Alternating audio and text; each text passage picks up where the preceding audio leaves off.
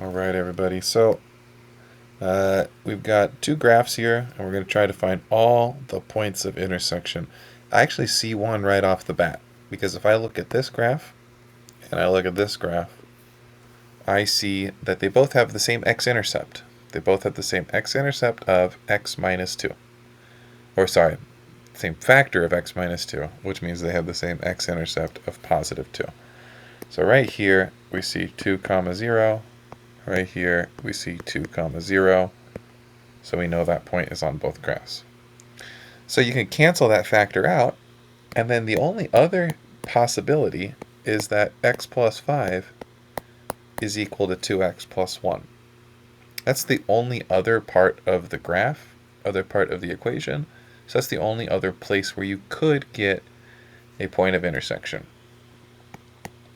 Let's get all our x's to hang out together. And let's get all our numbers to hang out together. So 4 is equal to x. There's only one option that has an x value of 4, so you could probably just select it and move on. If you want to know the y value, you just plug in 4. So I'm going to write f of 4. I'm plugging it into this top equation, x plus 5 times x minus 2.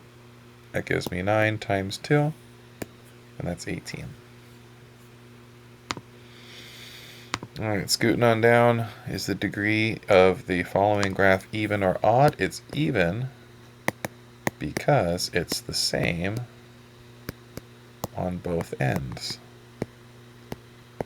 What is the constant term of this polynomial? It's where it hits the y-axis, so it's negative 4. Alright, now we're going to get into some polynomial division. This is some good stuff here. Alright, so get ready for some. I'll do the first one using the box, the area model, and then the next one I'll do long division. Alright, so we've got this big old nasty cubic. So we're going to put x cubed right here, and we'll put x minus 4 on the side. X times what makes x cubed? Well, x times x squared makes x cubed. X squared times minus 4 is negative 4x squared. Check back up on your goal. My goal is negative 3x squared. So I need to add 1x squared inside the box. The like terms inside the box on those diagonals, those have to add up to equal the original polynomial. So that's why I have a positive 1 to add to my negative 4. Then I think x on the side times what makes 1x squared? The answer is 1x, so I could have just written x. Down below I put negative 4x. Check my goal. Negative 10x. Negative 4 and negative 6 makes negative 10. X times negative 6 makes negative 6x. Negative 6 times negative 4 makes 24. Check like that. Let's see what our goal is again. Our goal is to use long division or an area model to rewrite the following functions as a product of linear factors. So far, we know that our original polynomial, which is called a of x, is x minus 4 times x squared plus 1x minus 6. Is that a product of linear factors? Nope, that's a linear factor and a quadratic factor. That's okay. We can factor that second piece to be x plus 3. Oh, come on. No, the lag. X plus 3, and then x minus 2, because 3 plus negative 2 is 1, and 3 times negative 2 is negative 6. Alright. On the second one, not the lag. The lag is happening. On the second one, we're going to try to do the same sort of process, but just with long division. So the handwriting is going to get a lot worse. I'm sorry about that. So I got x plus 4 on the outside. I've got x cubed plus 3x squared minus 6x minus 8. 6. Okay, there we go. First question is just the same as with the box. X times what makes x cubed?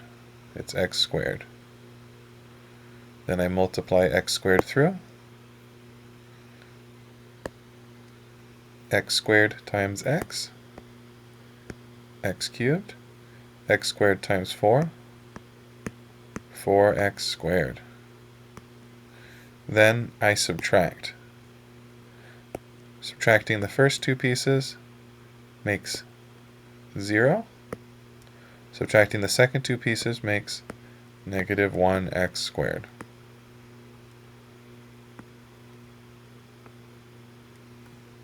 We're going to persevere.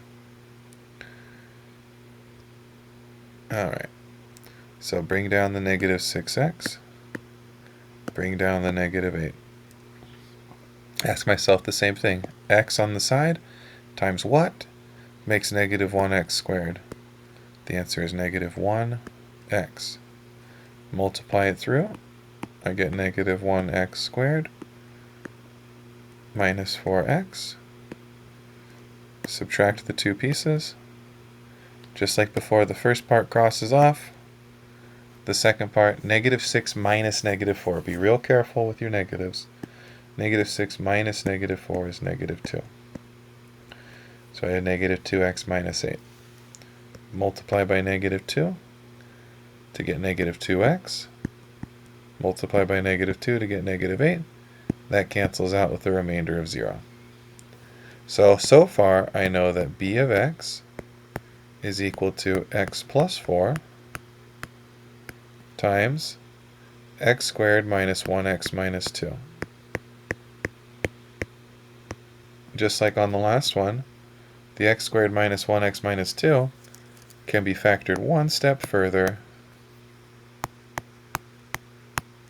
to be x minus 2 and x plus 1. Great. Alright, let's see.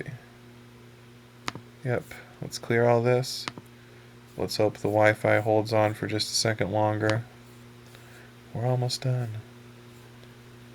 Okay. One more polynomial division problem.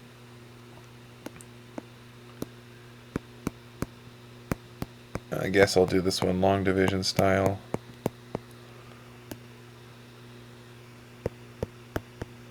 X times x squared.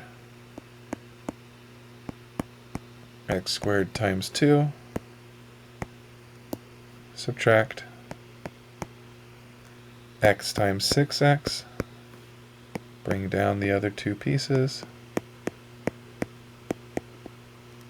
6x times x squared. 6x times 2. Subtract.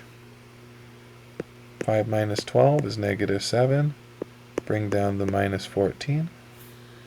X times minus 7. And 2 times minus 7. Remainder is 0.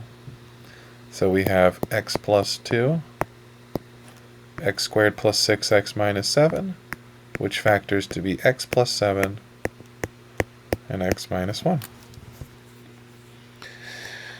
Alright, last one here. One more polynomial division. A little tricky. They didn't give us the whole problem.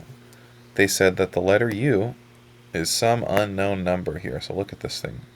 It's like a normal polynomial, but we just don't know what that term is.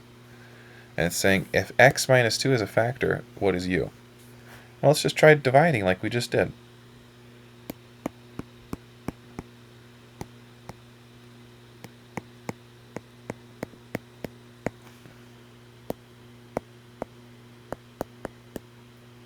There are other ways to do this other than just going through the division. I'm just going to go through the division though. So x times x cubed makes x to the 4th and makes negative 2x cubed. Then we're going to subtract.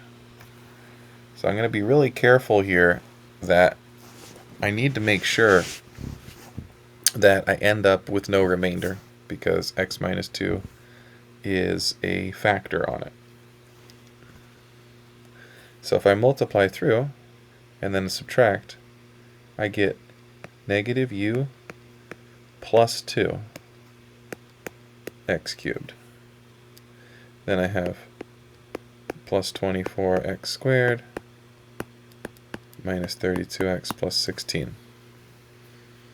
Alright, this might be the wrong strategy because I'm seeing how this can get kind of... Yeah, this might be the wrong strategy. Okay, let's do it the other way because this is just going to take too long. When we knew that something was a factor, then that meant we knew what the x-intercept was. Let's approach it this way. Like, for example, if I have a factor of x minus 2, then I know that my intercept is x equals 2. And I know that when I plug in x equals 2, and it's an x-intercept, that means I have the point 2 comma 0. So that means plug in 2, and that means you get an answer. Get y equals 0. So let's do that. Let's plug in 2 to our equation.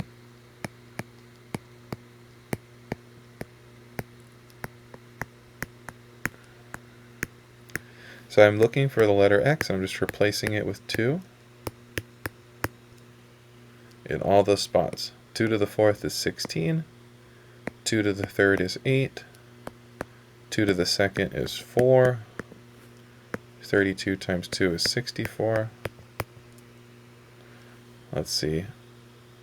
So this is 16 minus 8u plus 96 minus 64 plus 16.